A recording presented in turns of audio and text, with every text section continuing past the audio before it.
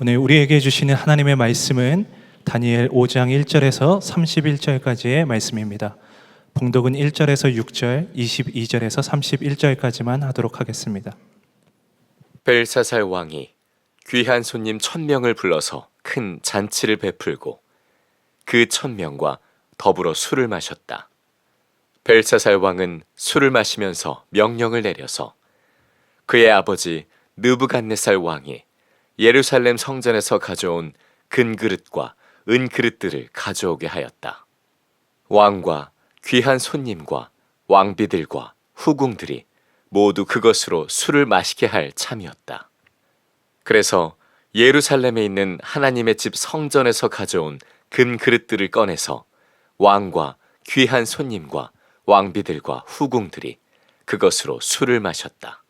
그들은 술을 마시고서 금과 은과 동과 철과 나무와 돌로 만든 신들을 찬양하였다.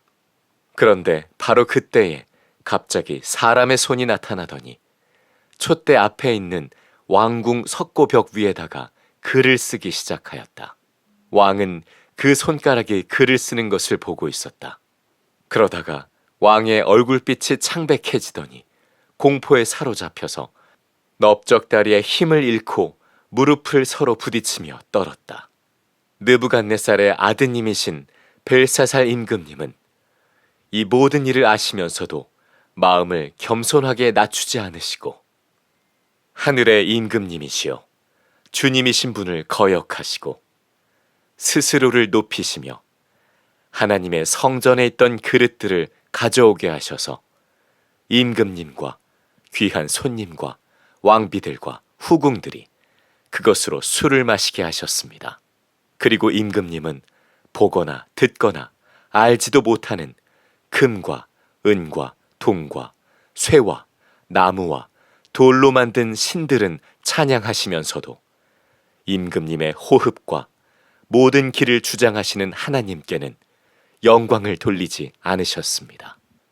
그러므로 하나님이 손을 보내셔서 이 글자를 쓰게 하신 것입니다. 기록된 글자는 바로 메네 메네 데겔과 바르신입니다. 그 글자를 해석하면 이러합니다. 메네는 하나님이 이미 임금님의 나라의 시대를 계산하셔서 그것이 끝나게 하셨다는 것이고, 데겔은 임금님이 저울에 달리셨는데 무게가 부족함이 드러났다는 것이고, 바르신은 임금님의 왕국이 둘로 나뉘어서 메대와 페르시아 사람에게 넘어갔다는 뜻입니다. 벨사살이 곧 명령을 내려서 다니엘에게 자색 옷을 입히고 그의 목에 금목걸이를 걸어주었으며 그를 그 나라에서 셋째 가는 통치자로 삼았다. 바로 그날 밤에 바빌로니아의 벨사살 왕은 살해되었고 메대 사람 다리우스가 그 나라를 차지하였다. 다리우스의 나이는 62살이었다.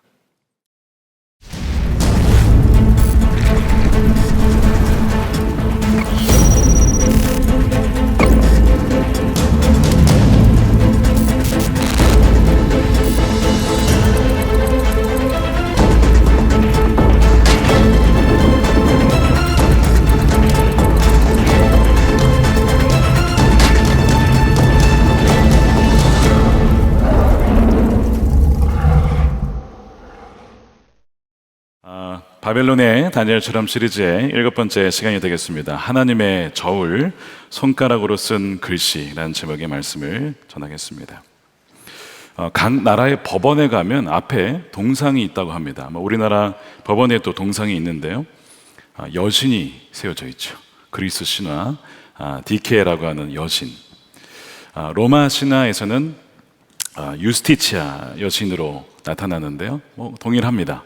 어떤 동상이냐면 눈을 가리고 있고요, 어떤 두건을 눈에 가리고 있고, 그 다음에 한 손에는 수평저울, 한쪽에는 검을 들고 있는, 아마 보신 적이 있으실 거예요. 무슨 뜻이냐? 눈을 가리고 있는 것은 어떠한 선입견과 편견도 받지 않겠다라는 의미고, 수평저울을 들고 있는 것은 공정함을 상징하고, 검을 들고 있는 것은 좀 무서운데 엄격한 법을 적용하겠다 바로 엄중한 집행을 상징한다고 합니다. 과연 이 세상에 정말 엄중하고 엄격하고 공정한 그런 저울이 있을까요? 판결을 보면 물론 대개 그런 판결이라고 보지만 어떤 경우에는 억울하게 판결을 받아서 감옥에 가는 경우도 있을 것이고, 어떤 분은 죄인인데 술을 써서 무죄 판결을 받는 경우도 뭐 있겠죠. 그러니까 이 세상은 완전한 어떤 수평 저울은 없다. 그러다 보니까 그 수평 저울은 한쪽으로 기울어져 있는 거 아니냐, 이런 이야기들도 종종 들려오는 것입니다. 그러나 어떠한 선입견도 없이 공정한 수평 저울이 있습니다. 바로 하나님의 수평 저울입니다. 하나님은 사랑이시죠. 하나님 여러분 사랑하십니다. 근데 동시에 공의로운 분이십니다. 그러니까 하나님은 죄를 없다라고 하지 않으세요. 판사가 죄인을 죄가 없다고 하면 그 판사 맞습니까? 불의한 판사가 되는 것처럼 하나님은 가장 공정한 분이시기 때문에 죄를 다 찾아내시죠. 정확하게 판결을 내리시는 분이십니다. 하나님은 엄중한 수평 저울에 인생을 올리시고 재십니다. 그래서 이것이 기울게 되면 유죄 판결을 받는 거예요. 그래서 이 오늘 본문에 보면 이 하나님의 수평 저울에 올려진 인생이 나오는데 누구냐면 벨사살입니다. 이 벨사살은 본문에 의하면 느부갓네살의 아들로 나와요. 아들. 그러나 역사적으로 보면 사실상 손자입니다. 그 느부갓네살의 사위가 나보니누스인데 그의 아들이 벨사살이에요. 근데 피로서는 어쨌든 느부갓네살의 피를 물려받은 거니까 그래서 아들이라고 하고, 또한 할아버지긴 하지만 어쨌든 그 선조를 아버지라고 부르는 고대 근동의 습관 때문에 오늘 본문에는 느부갓네살을 아버지라고 이렇게 부릅니다. 이 나보니누스가 통치할 때에 전쟁에 나가면 그러면 이 벨사살을 섭정해서 왕궁에서 대신 있게 하고 자신은 나가서 전쟁을 하는 거예요. 지금 이 상황이 된 겁니다. 메데와 페르시아 연합군이 신바벨론 이 제국을 쳐들어옵니다. 그러니까 나보니누스 왕은 전쟁하러 나간 사이에 이 지금 이제 벨사살은 나라 왕궁에 있는 것이죠. 근데 뭐 하고 있느냐? 지금 풍전등화 같은 위기 상황에 뭐 해야 될 것 같습니까? 뭐 우리 같았으면 기도회를 열었겠죠. 아니면 그 나라 같은 경우에는 대신들을 모아다가 지금 위기 상황이니까 우리 성 방어를 더 튼튼히 하고 방심하지 말자 이랬어야 되는데 뭘 하냐면 1000명을 모셔다가 잔치를 벌이는, 술 파티를 벌이는 거예요. 큰 잔치가 열렸대요. 후궁들과 뭐 왕비들과 귀족들을 초청해서 술을 막 진탕 마시는 겁니다. 도대체 어떻게 이럴 수가 있느냐? 그러니까 분별력이 없든지 아니면 마시고 죽자는 겁니까? 마시고 죽자 아니냐, 이거 거의 그 수준으로 지금 위기 상황에서 술을 마시는. 어쨌든 이 벨사살 왕은 이 왕으로서의 자격이 없는 것 아니냐, 이렇게 판단되어지는 그런 왕입니다. 그렇게 술을 마시고 있는데 갑자기 사람의 손 모양이 딱 나타나는 거예요. 사람은 없고 손 모양만 있어요. 얼마나 섬찟합니까? 그 손이 나타나더니 뭔가 글을 쓰는 거예요. 그게 5절이에요. 바로 그때 갑자기 사람의 손이 나타나더니 촛대 앞에 있는 왕궁 석고벽 위에다가 글을 쓰기 시작하였다. 왕은 그 손가락에 글을 쓰는 것을 보고 있었다. 근데 그걸 보는데 무섭잖아. 일단 손가락만 나타나서 이렇게 하는 게 얼굴이 창백해지고 몸이 막 바들바들 떨리는데 이 무릎이 막 서로 막 닿으면서 그렇게 너무 떨리는 거야. 그러니까 사실은 이 왕이 두려웠던 거예요. 그거를 이제 술을 먹으면서 그거를 이제 뭔가 잠재우려고 했던 것이지만 그 두려움이 뭐 어떻게 감춰질 수 있겠습니까? 그러면서 막 떨고 있는데 이 글씨를 못 알아듣겠는 거예요. 그래가지고 막 소리치면서 지혜자들을 또 불러 모읍니다. 이 글자를 해석할 수 있는 사람에게 내가 큰 상을 줄 것이고 이 나라의 셋째 통치자를 삼겠다. 근데 지금까지 지혜자들이 뭐 한 게 있습니까? 오면 다 모르겠다, 무슨 뜻이, 아무도 해석하는 사람이 없는 거예요. 그러니까 더 무서운 거예요. 뭔가가 이게 지금 불길한 것 같은데 모르겠으니까요. 그 렘브란트라고 하는 화가가 17세기에 네덜란드에서 이 벨사살의 연회를 그림으로 남겼습니다. 보시면 가운데 저 왕이 벨사살이에요. 그리고 손가락에 나타나서 글씨를 쓴 것이 보여지고 놀라면서 주변 사람도 놀라는 이런 장면인데, 사실 이 그림에는 굉장히 많은 정치적, 사회적 상황이 반영이 되어 있지만 제가 뭐 다 설명을 드리지는 않겠습니다. 어찌됐든 그 렘브란트가 저걸 표현하면서 벨사살의 그 두려웠던 상황을 잘 묘사를 하고 있습니다. 이 지금 상황이 이렇게 벌어졌는데 이 의미를 모르니까 얼마나 무섭고 당황스럽습니까? 그때에 이 어머니, 그러니까 느부갓네살의 딸이 와가지고 왕이여 걱정하지 마소서.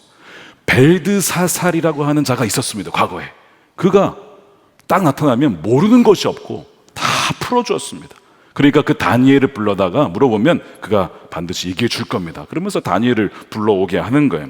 근데 여러분 이제 이 4장과 5장의 몇 년 차이냐? 거의 한 23년 정도의 시기가 이제 벌어진 거예요. 벌써 흘렀습니다. 그러니까 다니엘은 나이가 이제 소년 아닙니다. 소년 아니고 거의 75세 갈렙교회 우리 멤버가 되신 거예요. 75세쯤 됐고 사실은 이제 공직에서는 물러난 상황이죠. 그리고 이 느부갓네살이 이미 돌아가셨고 거의 잊혀진 존재가 되었는데 그의 어머니, 그러니까 왕의 어머니는 그 느부갓네살 때 있었으니까 아는 거예요. 그래서 그 다니엘을 불러서 물어보는 겁니다. 다니엘이 주저하지 않고 그 글씨의 의미를 해석을 합니다. 메네 데겔 우바르신, 무슨 뜻이냐 이렇게 해석을 했죠. 26절에 글자로 해석하면 메네는 하나님이 이미 임금님의 나라의 시대를 계산하셨다는 거예요. 그리고 그것이 끝나게 하셨다는 것이고 27절 데겔은 임금님이 저울에 달리셨는데 무게가 부족하다라고 하는 것이 드러났다는 것이고 바르시는 임금님의 왕국이 둘로 나뉘어서 메대와 페르시아에게 넘어갔다는 것입니다. 세어보았는데 끝이 났다. 이제는 오늘이 마지막 날이고 제국도 오늘이 마지막 날이다. 끝이 났다. 그리고 무게를 달아보았더니 부족했다, 나뉘었다, 이런 뜻이에요. 그러니까 하나님의 수평 저울에 올라갔는데 유죄 판결을 받게 된 것이죠. 그래서 이 단어를 아람어로 해석하면 이런 겁니다. 이 메네는 그 문화라고 하는 화폐 단위입니다. 문화에서 그 다음에 데겔은 세겔, 문화의 60분의 1 정도로 줄어듭니다. 그 다음에 세겔이 다시 반으로 쪼개지니까 또 작아지는 것이죠. 가면 갈수록 무게가 줄어드는 거예요. 왕의 인생이 하나님 앞에서 가면 갈수록 정말 무게감이 있는 그런 인생이 아니고 점점 가벼워지면서 하나님 보시기에 원하시는 것을 발견할 수 없는 인생으로 판명되었습니다. 이런 뜻이에요. 이것이 메네 데겔 바르신 이런 뜻입니다. 여러분, 성경은 참 두렵지만 하나님의 저울이 있다라고 말씀합니다. 하나님의 수평 저울이 있대요. 그리고 모든 사람은 이 수평 저울에 올려진다는 겁니다. 그 저울은 정확하고 오차가 없어요. 사람에게 한 번 죽는 것은 정해진 것이고 그 다음에 뭐가 있어요? 심판이 있다라고 히브리서 9장 27절에 말씀하죠.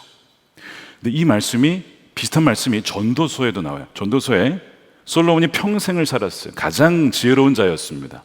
평생을 산 다음에 결론을 내려요. 그것이 전도서 12장 13절입니다. 결론은 이것이다. 하나님을 경외해라. 두려워하라. 그분이 주신 계명을 지켜야 된다. 이것이 바로 사람이 해야 할 의무다. 하나님은 모든 행위를 심판하신다. 선한 것이든 악한 것이든 모든 은밀한 일을 다 심판하신다. 하나님 모르시는 것이 없습니다.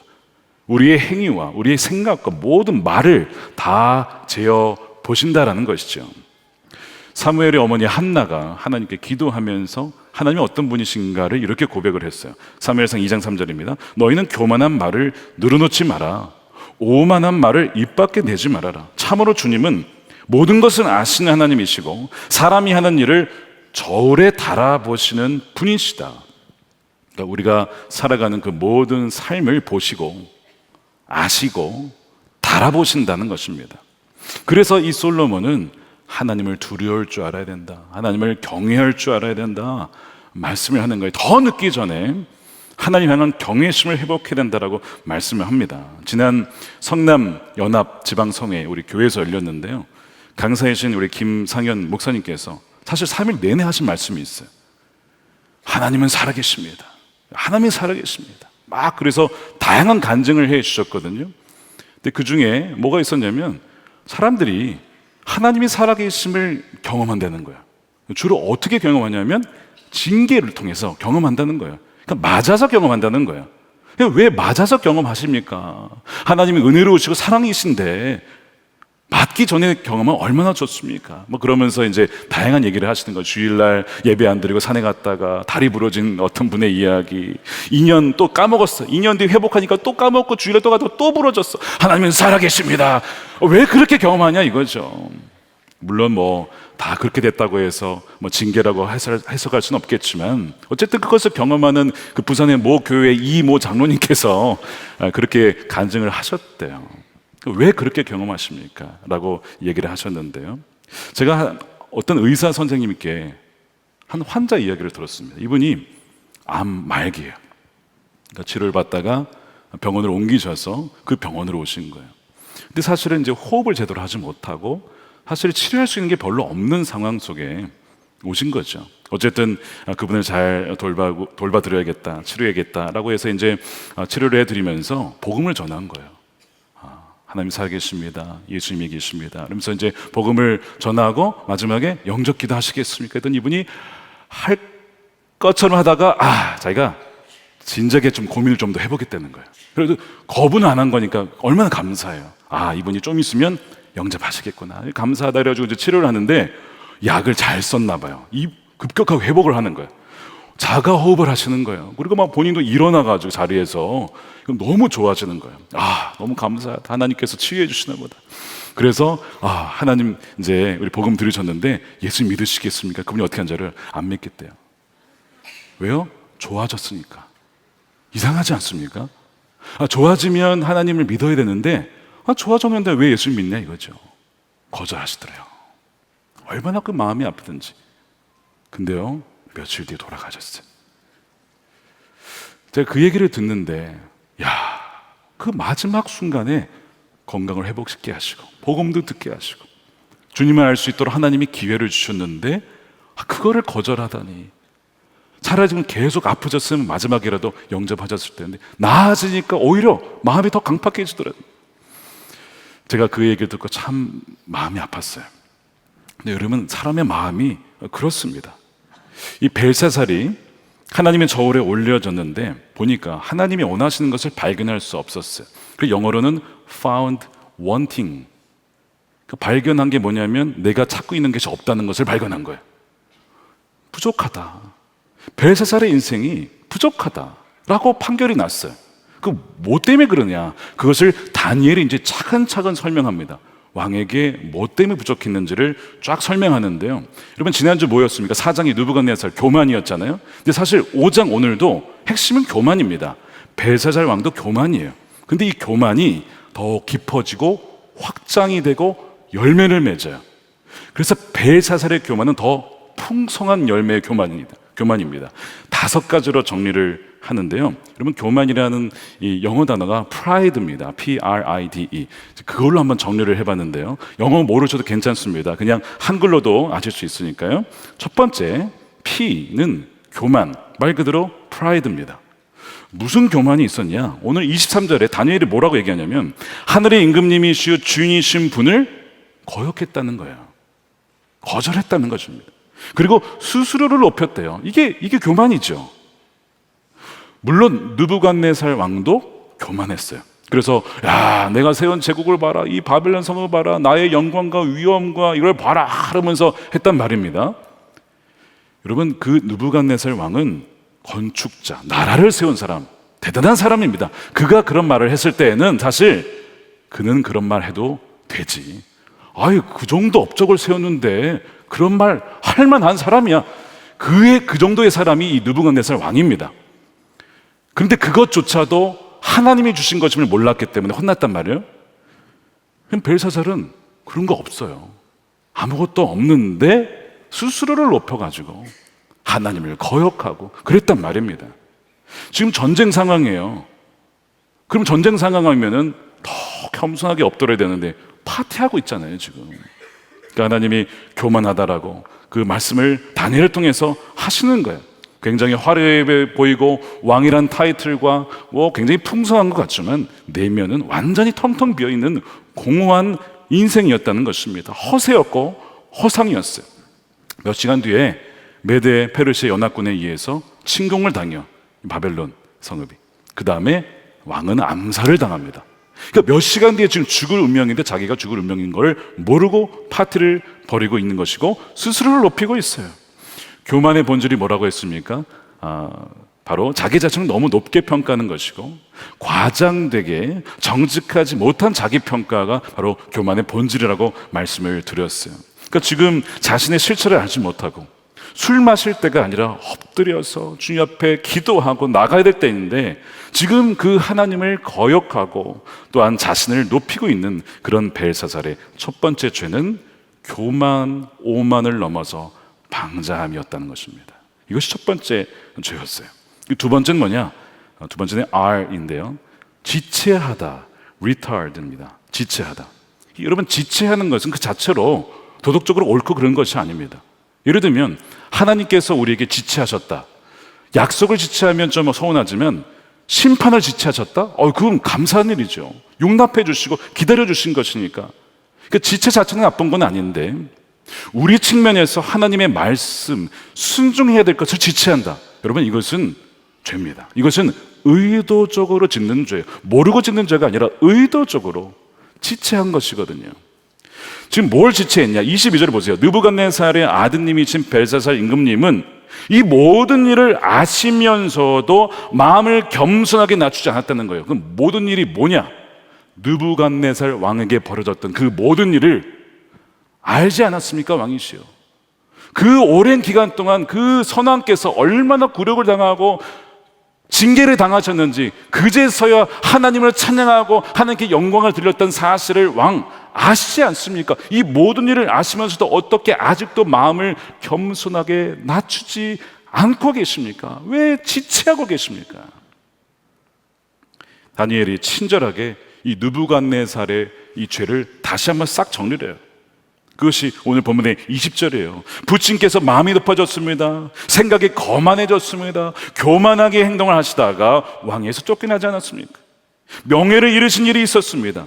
그때서야 비로소 부친께서는 가장 높으신 하나님이 인간의 나라를 다스리시고 하나님 마음에 맞는 그 뜻에 맞는 사람을 그 자리에 세우시는 줄을 징계 이후에 깨달아 알게 되었습니다. 이 모든 것을 벨사살 왕이시여 알고 있지 않습니까? 아버지로부터 들어서 알고 기록을 통해서 알고 말을 통해서 알고 어머니를 통해서 알고 아버지를 통해서 알고 다 아시면서도 왜 아직도 지체하고 있습니까? 대략 이 벨사살의 나이가 30대 중반으로 추정이 돼요. 그러면 이 느부갓네살에게 이 징계가 벌어졌던 것이 한 25년 전이라고 치면 한 10대 때 그 사건을 본 거예요. 우리 아버지가 어떤 일을 경험했는지 어떻게 하나님을 만난지를 다 들었어요. 그런데도 믿지 않아요. 그리고도 20년이 더 흘러서 하나님이 기다려주신 거 아니에요. 20년 동안이나 이 아들을 기다려주셨어요. 징계하지 않고 심판하지 않고 죽이지 않고 기다려주셨단 말이에요. 얼마나 자비가 풍성하신 하나님이십니까? 누군가는 그래요. 느부갓네살은 어쨌든 회개하고 구원을 얻었는데 왜 벨사살은 오늘 이렇게 죽임을 당하게 하나님 내버려 두시냐 이거예요. 여러분, 그게 아니고요. 느부갓네살은 배울 사람이 없었어요. 들을 사람이 없었어요. 그래가지고 자기가 다 굴욕당하고 고난당하고 그제서야 깨닫게 된 거예요. 몸으로 배운 거죠. 근데 벨사살은 그렇게 하지 않고 하나님이 네 아버지를 잘 봐라. 너 이렇게 살면 안 돼. 너 회개하고 해야 돼. 그렇게 해서 고난당하지 않고도 하나님이 믿을 수 있도록 다음 세대를 위해서 하나님이 은혜를 베풀어 주셨다는 말입니다. 근데 그가 믿습니까 지금? 교만해서 지체해서 계속 그러고 있는 것입니다.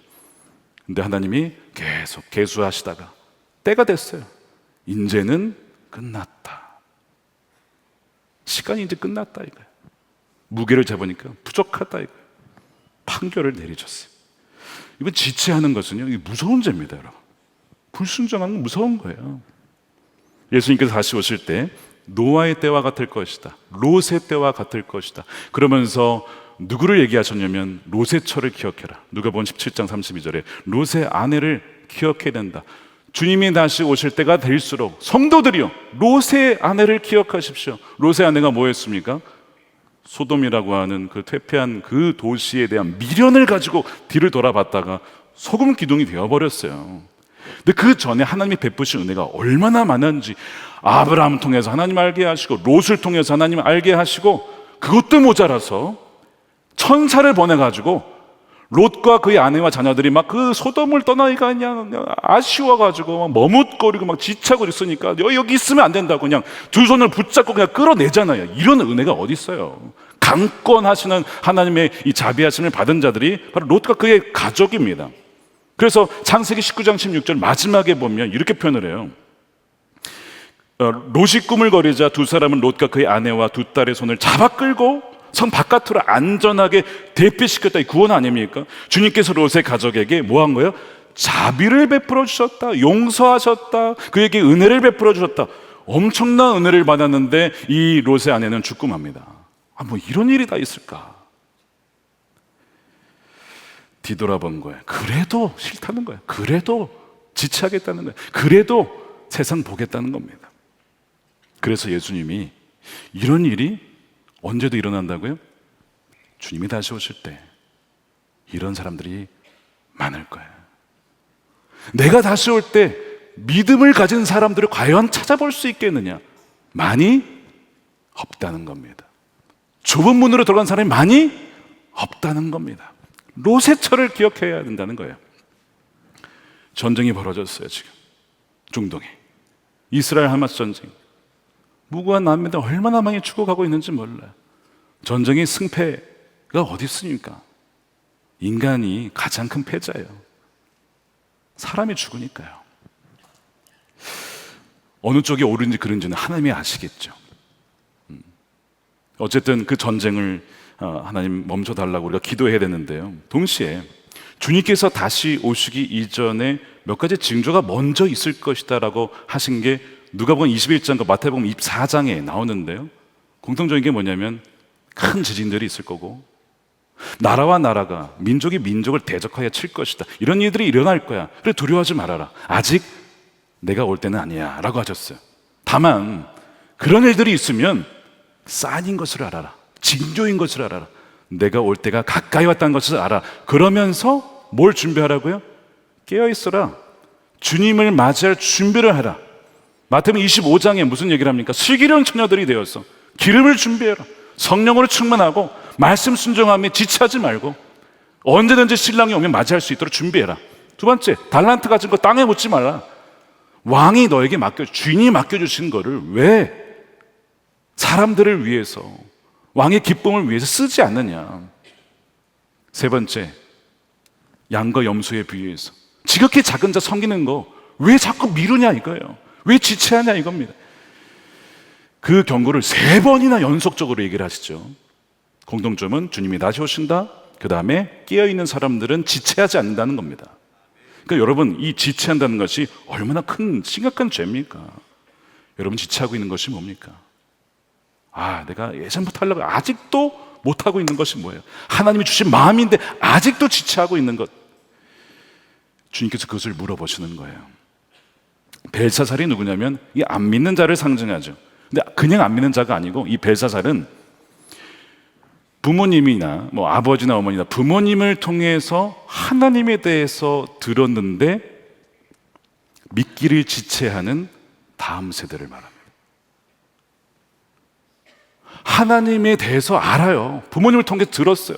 또한 부모님이 어떻게 하나님을 믿게 되는지, 고난을 통해서든 징계를 통해서든 뭐 어쨌든 방식인지 전에 들었는데도 자기는 믿지 않아.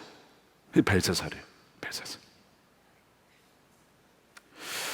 여러분, 우리 주위에 많아요.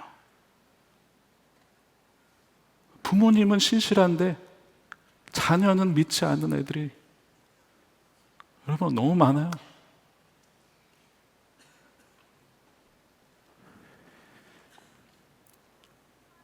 차라리 복음을 듣지 못했으면요, 억울하지라도 않지. 저는 복음을 들어보지 못했습니다. 그랬구나. 너가 들었으면 달랐을 텐데. 억울하지도 않지. 다 알고 있어. 예수님에 대해서 들어봤고, 심지어 성경도 읽어봤어. 예배도 참석했고. 근데 예수님을 안 믿어. 이같이 억울한 일이 어디 있습니까? 로마서 1장에 보면요, 하나님 앞에 가면 뭐 핑계 못 한대요. 2장에 가면 다 침묵하고 있어요. 하나님 그 재판에 아무도 말을 못 해요. 왜? 하나님이 되시는 그 모든 판결이 너무 다 맞는 말만 하셔. 아무도 말 못하고 침묵하고 있다는 겁니다. 의로신 판결 앞에. 뭘 핑계 못하냐? 나 복음 못 들어봤는데요. 그래? 근데 너 별 본 적 있지 않아? 너 태양 봤지? 네, 봤는데요. 그게 내가 있다는 증거였어. 그게 로마서 1장 내용이잖아요. 로마서 1장 19절에 하나님을 알만한 일이 사람에게 조금 보인 게 아니고 환히 드러내 보이죠. 환히. 하나님께서 그것을 환히 드러내 보여주셨습니다. 이 세상 창조 때부터 하나님 보이지 않는 속성, 그분의 영원하신 능력과 하나님이 살아계신 그 신성이 어디에 있습니까? 만물에. 자연세계만 봐도 하나님이 살아계심을 깨닫게 되어 있다는 거예요. 그래서 사람들은 핑계를 못 댄대요. 이 예배당을 운영하라 그래도 뭐 공조기도 올리고 뭐 에어컨도 올리고 전기 써야 되고 사람이 얼마나 많이 투입되어 있는지 모릅니다. 섬기는 분들이 많아요. 이게 저절로 된다면 여러분 믿으시겠습니까? 못 믿죠. 근데 지구가 자전을 하면서 태양을 그냥 알아서 돌아가면서 정확하게 돌아간다. 이걸 믿으란 말입니까? 누군가가 돌리는 거 아닙니까? 이 강사님이 말씀하신 거 아니에요? 낮과 밤이 바뀌는 것만 봐도 하나님이 살아계시는구나를 알기 때문에 어느 누구도 핑계하지 못할 거라는 것입니다. 그런데 안타깝게도 다음 세대가 부모님으로부터도 복음을 듣고 하나님에 관해서도 듣고 자연을 보면서도 지체하고 거부하니 이 얼마나 통곡하며 눈물을 흘릴 일입니까? 그러니까 이 두 번째, 지체하는 것이 이 벨사살의 죄였어요. 모든 것을 알면서도 지체했습니다. 세 번째 죄가 뭐냐? 우상 숭배입니다. 23절입니다.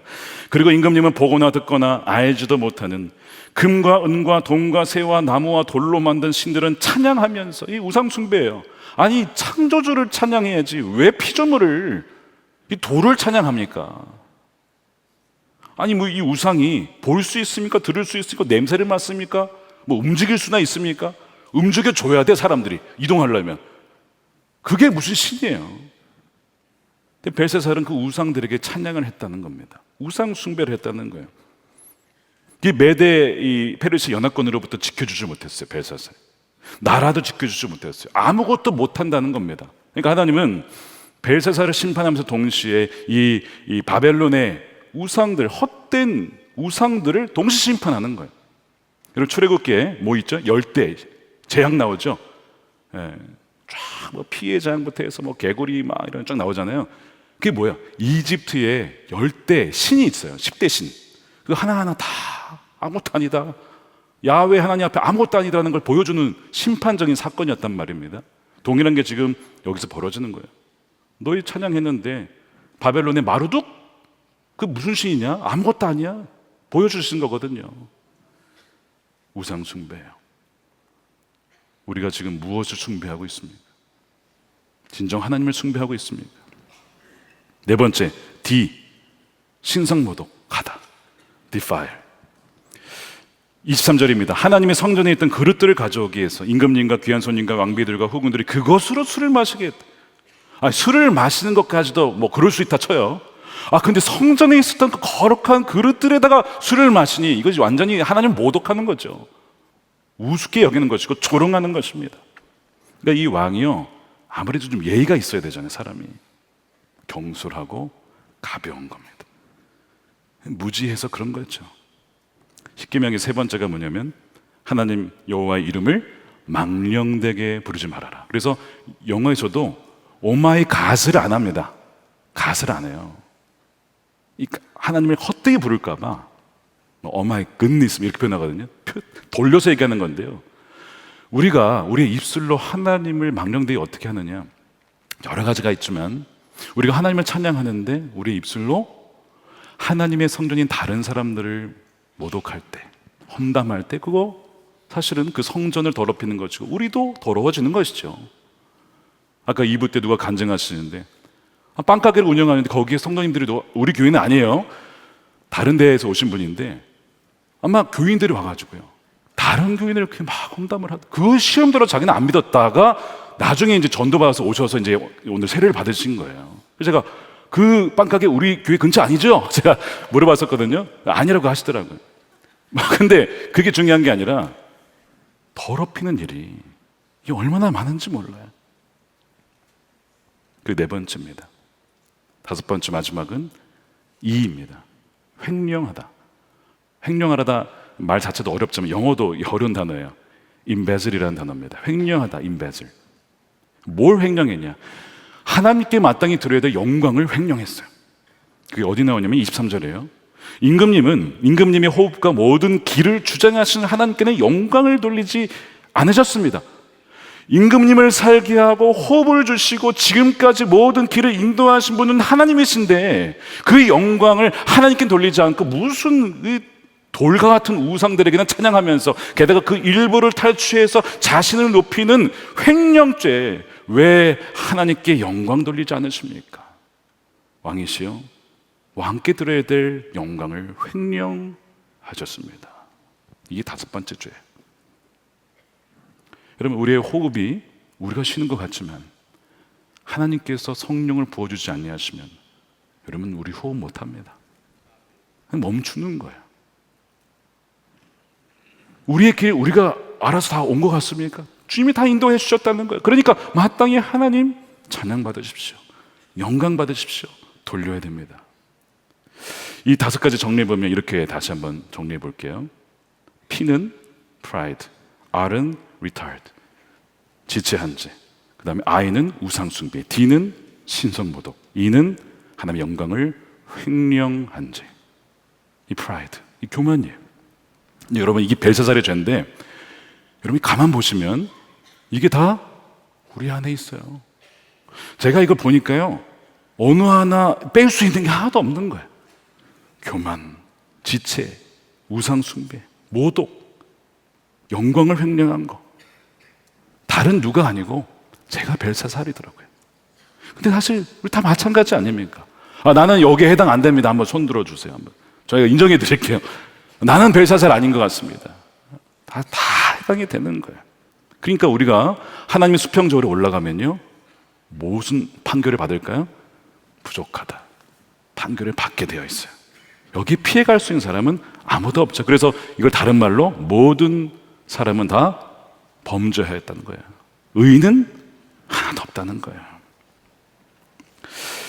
그래서 그 결과가 벽에 쓴 손가락 쓴 글씨죠.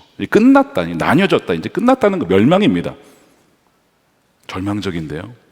근데 손가락을 쓴 글씨가 신약 성경에도 나오는 거 아시죠? 신약 성경에 예수님이 손가락으로 땅에다가 글씨를 쓰셨어요. 기억나시죠? 요한복음 8장입니다. 왜 가늠하다가 현장에 잡힌 여인이 나왔어요? 간음죄. 율법에 의하면 돌로 쳐 죽여야 될 간음죄. 결혼한 사람만이 가질 수 있는 거를 간음해서 현장에 잡혔으니 돌로 쳐 죽이자 이겁니다. 사람들이 막 다 돌을 들고 나왔네. 그때 예수님이 손가락으로 막 땅에 막 뭘 쓰는 거야. 그 사람들이 그걸 보더니 돌을 하나씩 내려놓고 다 돌아가. 도대체 뭘 썼냐? 학자들이 거기 뭘 썼을까요? 그 사람들의 죄를 다 썼다는 거예요. 무슨 얘기냐면 지금 돌 들고 있는 당신들, 하나님의 수평적으로 올라가면 당신도 부족하다, 판결받을 죄인들이라는 겁니다.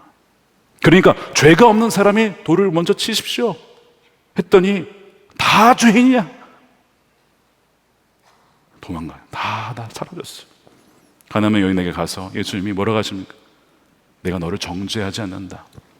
다만 다시는 죄를 짓지 말아라. 다시는 내가 오늘 너를 용서할 거야. 정죄하지 않아. 내가 너한테 온 것은 죽이려고 온 게 아니고 살리려고 온 거야. 하나님, 너가 죽기를 원하지 않아. 살기를 원해. 그래서 내가 온 거야. 하나님의 그 수평저울에는 우리는 다 부족합니다.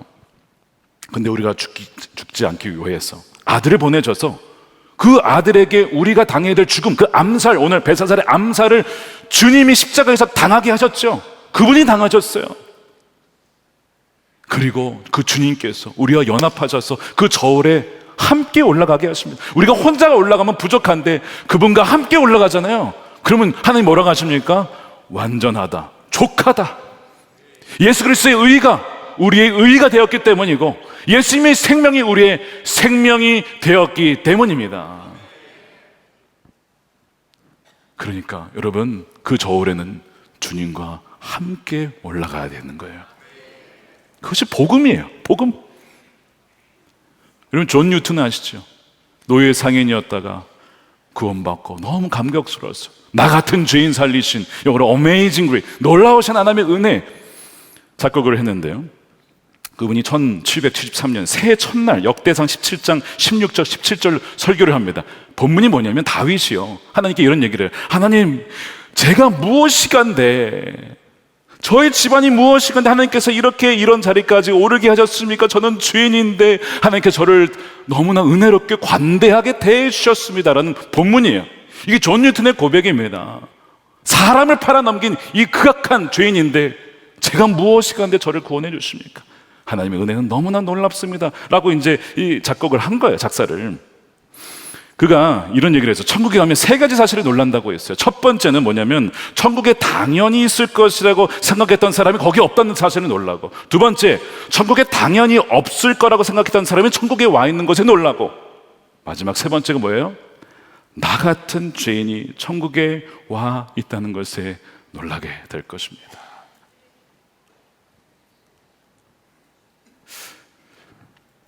사랑하는 여러분, 하나님께서는요, 저와 여러분이 진노의 연회, 거기서 진노의 포도주 잔을 마시는 것을 원치 않으세요.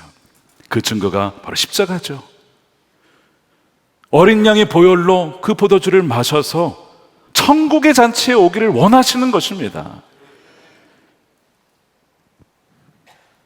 그러니까 여러분, 하나님을 경외할 줄 알아야 됩니다. 하나님을 두려워해야 되고요, 죄짓기를 두려워해야 됩니다. 우리가 말로만 예수님과 동행이 아니고 예수님과 지금부터 동행하다가 그 심판의 저울에 같이 올라가야 돼요. 그러면 주님께서 여러분들에게 족하다, 잘하였다, 신실한 내 종이다 품어주실 줄로 믿습니다. 우리 함께 눈을 감고 함께 기도하겠습니다. 우리가 오늘 하나님 앞에 예배하고 있습니다. 사람이 아닙니다. 이 시간 하나님 앞에 우리 정직하게 우리 자신을 돌아보십시다. 주님, 제가 벨사살입니다. 제가 교만했고 주의 말씀에 지체했고 고의적으로 무시했고 우상을 숭배하여 돈과 권력을 더 좋아했습니다. 신성 모독했습니다. 한 입술로 하나님을 찬양하면서 욕하고 성전된 몸을 관리하지 못했고, 또한 횡령, 하나님께 마땅히 드려야 될 영광을 제가 가로챘습니다. 주님, 제가 벨사살입니다. 저는 오늘 죽어도 마땅한 죄인입니다. 그러나 주님, 저를 불쌍히 여겨주셔서 주 예수 그리스도의 보혈로 다시 한번 정결케 해주셔서 다시는 같은 죄에 빠지지 않도록 주여 인도해 달라고, 우리 그렇게 원하신 분들 한번 자리에서 일어나서 기도했으면 좋겠습니다. 두 번째로 기도할 때, 그럼 벨사살이 누굽니까? 부모로부터 하나님에 대해서, 복음에 대해서, 예수님에 대해서 들었어요. 간증도 들었고, 부모님이 불순종하였다가 징계하여서 하나님께 돌아온 이야기도 들었는데 아직도 믿기를 지체하고 순종하기를 지체한 다음 세대가 벨사살입니다. 우리 주위에 참 많이 있어요. 우리 생각나시는 분들을 위해서, 또한 그 자녀들을 위해서 기도했으면 좋겠습니다. 주님, 그들을 멸망하도록 내버려 두지 마시고 하나님께서 우리에게 그대로 우리의 죄를 그대로 대하지 아니하시고 시편 103편에 우리의 죄악을 따라 우리에게 그대로 갚지 않으신다고 하였으니 주님, 그 자비를 베풀어 주시옵소서. 우리 함께 통성으로 간절한 마음을 담아서 함께 기도하도록 하겠습니다. 하나님 감사합니다. 주님, 우리가 바로 벨사살입니다. 다음 세대 아버지 하나님, 부모님을 믿었지만 아버지 다음 세대 믿지 않는 벨사살들이 너무나 많이 있습니다. 주여, 우리의 죄를 따라 그대로 대하지 아니하시는 하나님의 은혜에 감사를 드립니다. 아버지에게 자비하심, 통성하심, 아버지 하나님, 저가 끝이 없어서 하나님의 사랑에 감사를 드립니다. 주여, 이 시간에 우리의 죄를 고백합니다. 교만했던 죄, 지체했던 죄, 하나님, 우리 우상 숭배했던 죄, 아버지 하나님, 우리가 또 하나님 앞에 더럽혔던 신상모독의 죄와 횡령죄를 이 시간 고백하오니 불쌍히 여겨주시고 오직 하나님께만 영광이 되며 주여 모든 찬양 올려드릴 수 있도록 주여 기뻐 받아 주시옵소서. 하나님 크신 사랑을 찬양합니다. 아버지,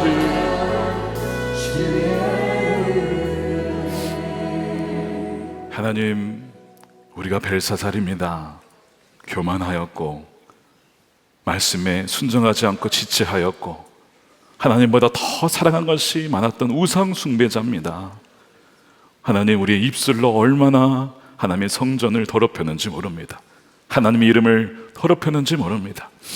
하나님, 우리가 하나님의 영광을 가로챘습니다. 내가 한 것이라고 하나님께 영광 돌린다고 하지만 마음속으로는 그렇지 못했음을 이 시간 회개하오니 주여 크신 자비하심으로 우리를 우리의 죄대로 그대로 대하지 아니하시고 참아주시고 하나님 인내해 주시는 하나님의 자비하심으로 이 시간 하나님 용서하여 주시옵소서. 사랑하는 모든 우리 성도님들 가정 가운데 함께해 주셔서 특별히 다음 세대 부모님은 하나님을 믿고 예수님을 따라 동행하지만 그것을 알고도 보고도 이 모든 것을 알고도 여전히 믿지 아니하고 지체하는 주여 다음 세대 벨사살과 같은 다음 세대를 주려 기억하여 주시옵소서. 긍휼히 여겨 주시옵소서. 주께로 돌아와 구원받을 수 있는 하나님의 자비하심을 우리 다음 세대에게도 자녀들에게도 부어 주시옵소서. 하나님 아버지 감사합니다. 이 시간에 하나님이 주신 것 귀한 것을 구별하여 11조로 감사한 금으로 하나님 예물 구별해 올려드리오니 마음의 중심을 기뻐 받아주시고 하나님의 마음껏 쓰실 수 있는 하나님 삶이 되게 하여 주시옵소서. 이 나라가 하나님을 경외하는 나라가 되게 하여 주시고 남과 북이 복음으로 통일되게 하여 주시며 주여 중동에 죽어가는 아버지 영혼들을 불쌍히 여겨주시고 하나님 이 계기로 하나님 복음의 문이 열리게 하여 주시고 유대인들이 또한 주 예수 그리스도 복음을 믿게 되어지는 계기가 되게 하여 주시옵소서. 아버지 하나님 땅끝까지 이르러 복음이 증거되어 주님이 다시 오실 때에 어느 한 명도 예외 없이 다시 오실 주님을 맞이하는 신실한 주의 신부들이 다 되게 하여 주옵소서. 축복하며 예수님의 이름으로 기도드립니다. 아멘. 우리 봉헌 드리면서 함께 찬양하겠습니다.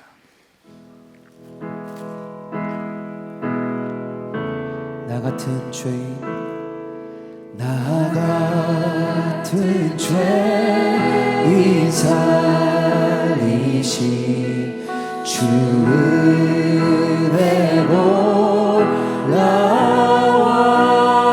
놀라워 잃었던 생명 찾았고 광명을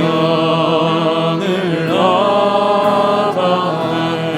큰 죄에서 큰 죄 앞에서 던지신 주 은혜 놀라워 나 처음 믿은 그 시간 귀하고 우리 두 손 들고 찬양합니다. 나의 결방, 나의 결방 부셨도다. 나의 구세주 대속했네. 넘쳐나는 주의 자비 주의 사랑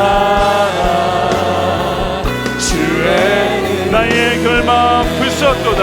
나의 결박 부셨도다. 나의 구세주 대속해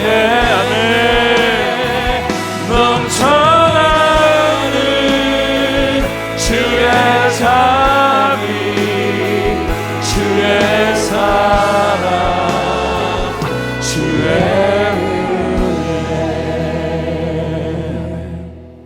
하겠습니다.